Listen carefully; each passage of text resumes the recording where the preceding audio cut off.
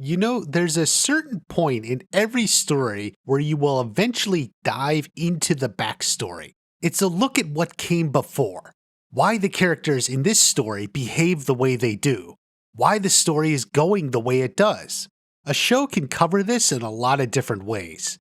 It could be as little as a few lines of dialogue where we get important information, or in the case of George Lucas, he made a whole trilogy to cover his backstory. Either way, it's often not covered well, and that's what brings us to Left Behind, Episode 7 of The Last of Us. Welcome back everyone to a backup backstory Last of Us Watch Party. Obviously, Last of Us has been a breakout hit. Each week moves the story along in a new exciting direction. Certainly for those of us who didn't play the game, a lot of questions were accumulating about how we got to where the show is. That is especially true with Ellie. What does she know? What doesn't she know? What did she learn in this fedora school she went to? So when you saw an episode with her backstory coming, it was exciting. Finally, some answers. Except what we got isn't what we expected. It was a whole lot better. Now to explain why, perhaps we should take a step back for a moment. You need to start with a fallacy. That is something people often claim is true but really isn't. The main fallacy here is a good show will answer all the questions by the end.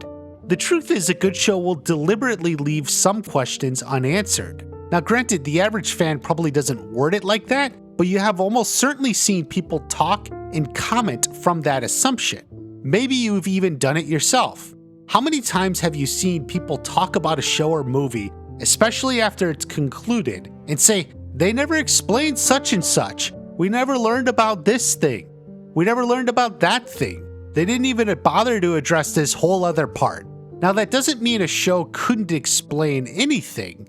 Certainly any story needs some internal consistency, but a show can get by through explaining what needs to be and let the audience fill in the rest.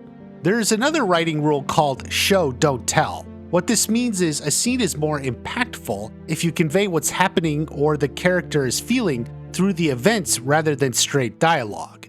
For example, a few moments of awkward tension is a far better hint at romance than having a character come out and say what she's feeling. But there's a deeper version of that basic rule. The deeper version is show just enough for the audience to fill in the gaps on their own. And here's where Episode 7, The Last of Us, did very well. Now to explain all of this, let's skip straight to the end. Ellie and Riley were cut by the infected. It doesn't look good.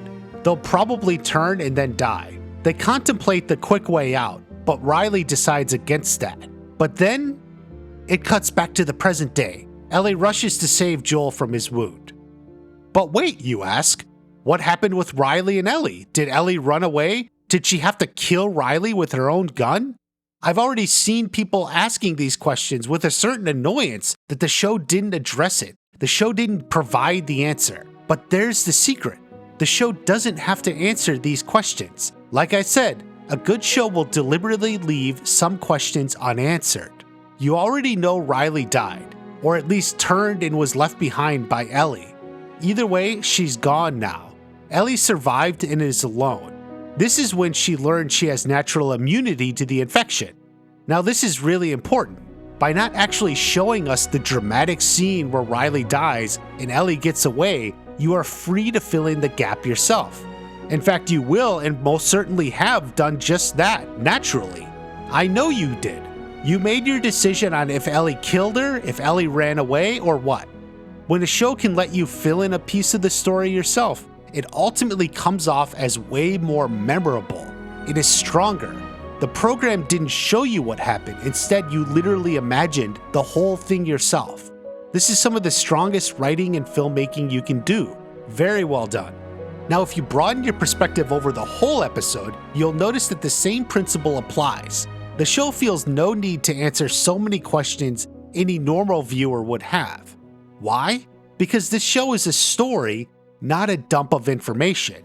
Yeah, any show has exposition from time to time, but in the end, if you can avoid it or wrap it into a character moment, it flows so much better. Look at what this episode could have been. The writers could have made this episode to belong on Federa, the quasi-military school these kids are at, living conditions in the QZ, broader details about the state of the country and even the world, further information about the infected and how they are contained. how life in society is being rebuilt, but that's not what we actually got. What we got instead is a story about Ellie, our main character. That's because long scenes of info dump and backstory are actually kind of dull and boring, no matter how much you think you want them. What you care about is the character, especially the main character. So a story of sneaking out at night for a wild evening of fun is far more interesting. Now the show does answer some questions. We do see her in some sort of gym class or running drills, but notice how it's really not about the school or what they teach. What we get instead is Ellie's relations in the school. She isn't as athletic, which causes more laps for everyone. This leads to resentment from her peers. Ellie has always had a certain protection because she was friends with Riley. The other girls feel safe in confronting her. The subsequent scene with this guy, who I guess is in charge of the school, like a principal or something, but technically part of the military. This may be the most expository scene in the episode, but even then it's wrapped up in Ellie's character. We learn about her. She is smart and has ability, but she's a troublemaker. She's been in the hole several times. The hole is never explained, but you can figure it out yourself. Remember? Let the viewers fill in the story gaps themselves. It's actually more memorable. Lesser writers would try to write another line or two in an attempt to explain what the hole is, what it's like to be there, etc. But not here.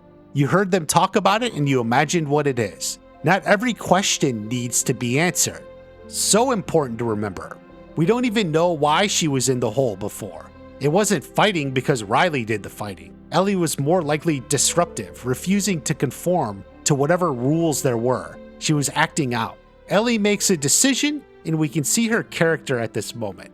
She's accepting the best life in front of her. But not too long later, she breaks that decision because a friend asks her, or rather tells her. That is another important character trait. She'll put the needs and requests of those she cares about first. That obviously plays into the end when she values Joel rather than take the safe route back to Tommy. Now as they're climbing through the city, there is a little backstory in their argument about who's good and who's bad. Obviously, neither character could be considered reliable because of their limited point of views and bias.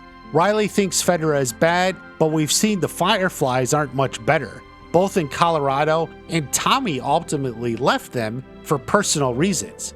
I'm not sure where this is going, but definitely the belief that both sides are a different style of bad and evil is what we can take here.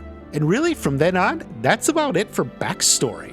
You're not going to learn anything else about the world or the organizations, nope. From here on, this is a character story. It's about Ellie and Riley. It's about how Riley was imagining Ellie wearing this, and then Ellie fixing up her hair to look good. The story has highs and lows with a moment of betrayal. Then the last desperate pitch. Riley is leaving.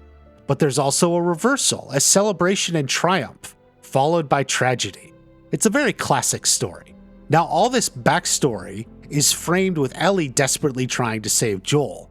Here's where it really counts. Through this personal story of Ellie and Riley, we get the explanation for why Ellie refuses to give up on Joel. She never had many people she cared about. They always died. She can't go through that again. She doesn't want to lose Joel. She's going to do anything she can to help him, even surgically applying stitches somehow. In fact, is it possible the idea that Bethany got 15 stitches is what gave Ellie the inspiration that stitches can work in the first place? She remembered the whole episode in this brief moment, and she realized she knew the proper way to heal a serious cut wound. Stitches. A well-crafted story can often reflect back onto where an insignificant detail from earlier has far greater importance at the end. I think the stitches qualify in that regard. Character story is more important than backstory. Exposition and info dumps are best done in a way that enhances the characters you care about.